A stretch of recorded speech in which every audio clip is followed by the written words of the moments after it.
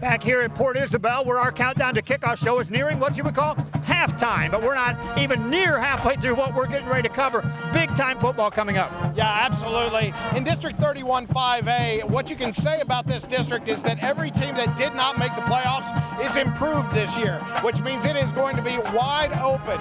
Let's take a look at the teams of District 31 5A. District 31 5A. The new guys are bringing a little bit of a fresh excitement to it, while the veterans, and it's like, it doesn't matter if you're in the Dallas Cowboys, they bring that solidness to you, what you're trying to accomplish out here. The Patriots have plenty of solid veterans they are counting on, from all-district wideouts Bobby Tovar and Roman De Leon to all-state linebacker Hugo Cabrera. And while a playoff win might have been fresh in 2014, that goal seems stale 10 months later. We're not going to be satisfied with just a bye district, not even an area. We want to play on Thanksgiving, we want to get into December. We want to get deep into the playoffs. That's one of the things that we want to get accomplished this year. Something's never been done here at Mission Veterans, and for us, that means going to the third round of the playoffs. Last year we went 3-7. Okay, good, whatever. That's over with. This year we're not going to go 3-7. We're going to go more. I can't tell you how much, but we're going to win a lot more. Patience might be a virtue, but it has run out for the Diamondbacks, who believe the time to compete for the playoffs is now. Every starter but one returns, including quarterback Alejandro Ramirez, who has developed into a rushing threat. Pioneer is deeper, and depth can provide motivation as well. I feel a lot better going in this year because we know more what we have. It's more competitive, and we're deeper. We've got some really young, hungry kids, and then, we've got some others that are, they want to win, but I don't know if they want to pay the price. We got to make sure that we put the hungry ones in. Since I've been coaching, this is probably the biggest offensive line I've had in all the years that I've been coaching. And we shed some pounds. A couple of guys are twinkie under 300, so we're feeling good about that. The Rio Rattlers also feeling good about their defensive backfield that features some hard hitters like Ivan Garcia and Victor Martinez. Offensively, sophomore Jason Perez has earned the quarterback position now and impressed his coach in doing so. He's a very cerebral guy. He's a smart kid. He's a good athlete, and what I like about him is his temperament. He's very cool. He doesn't get flustered. We're here getting ready to teach him. We're going to do the routes. We're going to give him open routes. He just got to relax and just work. Not only making it to playoffs, but beating the district champs in our first playoff round, it just makes us believe that know that we can do anything we want as long as we set our mind to it and not back down. It's a new era in Roma, the postseason era. And after their first ever successful foray into the playoffs, the Gladiators seem stocked for another run. Junior Andrew Marroquin takes over at quarterback for an offense that has 6 returners on the line. But returners or no, the coach is taking nothing for granted. It helps, but it doesn't, mean anything on Friday. You still got to show up and play, and you got to and we could have all the veterans in the world, but if they don't show up and play on Friday, it doesn't mean anything. So we have to continue to motivate them to stay hungry and stay humble and motivated to win. It's just a matter of them getting their feet wet and getting that Friday night experience, and we're hoping that happens pretty quick. Rattlers coach Ron Adame could be talking about any number of players for Sharyland. Only 5 starters total returning, but Adame is referring to the Rattlers' 1-2 punch at quarterback, Seth Carter and Manny Campos. Receivers last year, signal callers now, and as you can see, best of teammates. You're talking about 2 individuals that are very close with their relationship. I mean, whoever the quarterback is going to have the full support of the other one, and the other one's going to give him a target or a threat to either hand the ball off to or throw to. I mean, I'm playing halfback and QB switching out, so I'm just trying to get as conditions as possible to just play whatever I can to help my team best out. Which do you like better? I like both, honestly. They're both really fun, so whichever one coach likes to put me in, I'm good. The kids here at Valley View are hungry. They're hungry to turn that corner, hungry to get to the Alamo Dome. We've been talking about the Alamo, and you heard us right now. 1, 2, 3, Alamo! We're excited about it. We're going to give these guys the best opportunity to get out there and be successful. He has a fire in himself that really just passes on to us. He brings intensity because, he gets pumped up, and that makes us get pumped. He transfers his energy into us. New Tigers head coach Carlos Sainz has brought some excitement to the Valley View program and some new players as well. A far native, Coach Sainz has been scouring the town for recruits to play his new spread offense, replacing the old slot T. Here I got a good quarterback, a good running back, and then the big boys up front. We tell them every day, if the big boys go, we go. So they're excited, and we're just excited to be Tigers. Well, we've had some guys in the secondary that we lost, some guys that have stepped up and had really good fall camp.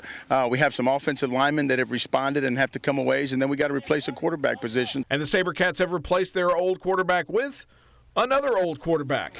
Lefty Fabian Pedraza, who played at Vela his freshman year before transferring to McCallum Memorial, is back with his original senior class. 5 starters are back on defense, but new defensive coordinator Haskell Buff isn't changing a thing. We like to hit. We're hard hitters. That's hands down. We haven't been a part of the defense all my 4 years that we've been so aggressive, and it's amazing, honestly. District 31 5A.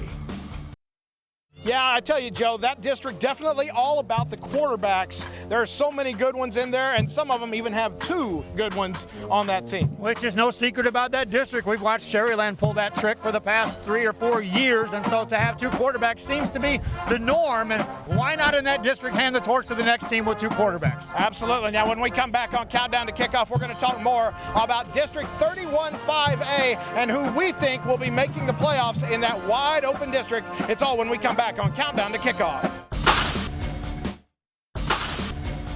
2015 Action 4's look at the upcoming high school football season. Joe, we're talking District 31 5A. So many great quarterbacks in this division, in this league. Who's your favorite? Well, I'm going to relate to 7-on-7. And fans, when I talk about 7-on-7, it's not what happens here in the Valley. It's when I cover him at state. Diego Villarreal matched up against some prime-time players up there and was well-poised, delivered balls on the money. Now, Seth Carter showed me some stuff last night, but I'm going to go with Diego Villarreal right there for Mission Veterans. Again, poise, and a cannon for an arm.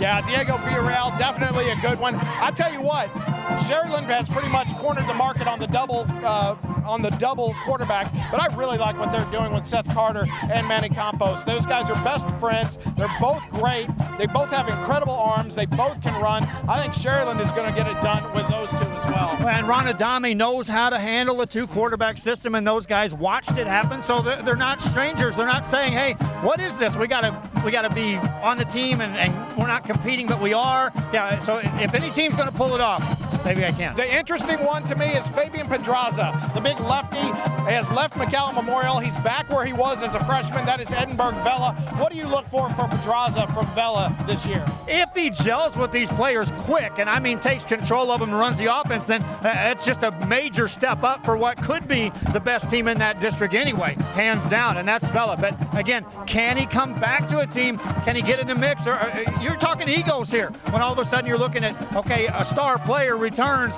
Well, there's already stars on the mix. They've already made the playoffs, and so you got to earn your spot.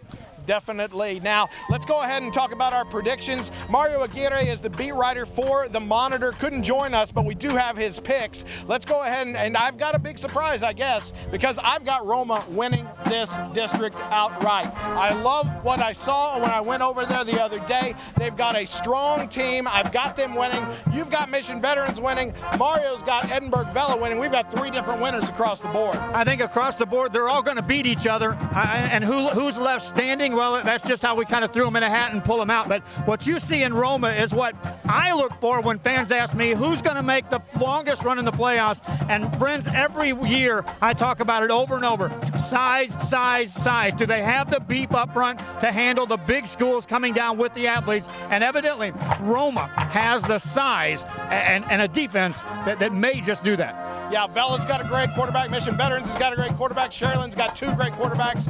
Roma's got a new quarterback, but man, their line, their offensive line, their defensive line looks pretty good. All right, we are back at Port Isabel's Tarpon Stadium. It is time for Countdown to Kickoff 2015. We hope you enjoyed the first hour of the show. We've got so much more to come. And joining us for this segment from the Monitor, it's Mario Aguirre.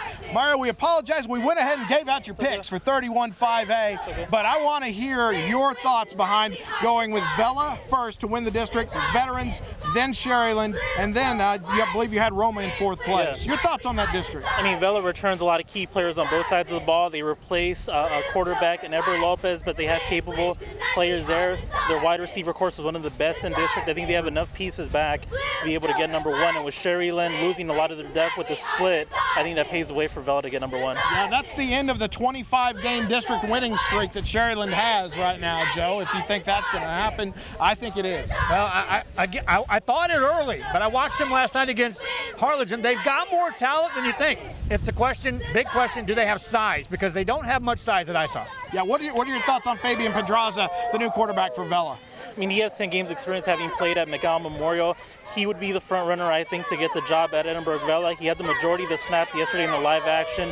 Did well for them, but they still have, and they have a familiar group of returners, so I think that should kind of ease his transition at Edinburgh Vela. I picked Roma to win the district. How could that happen, if it could happen? Is there a way?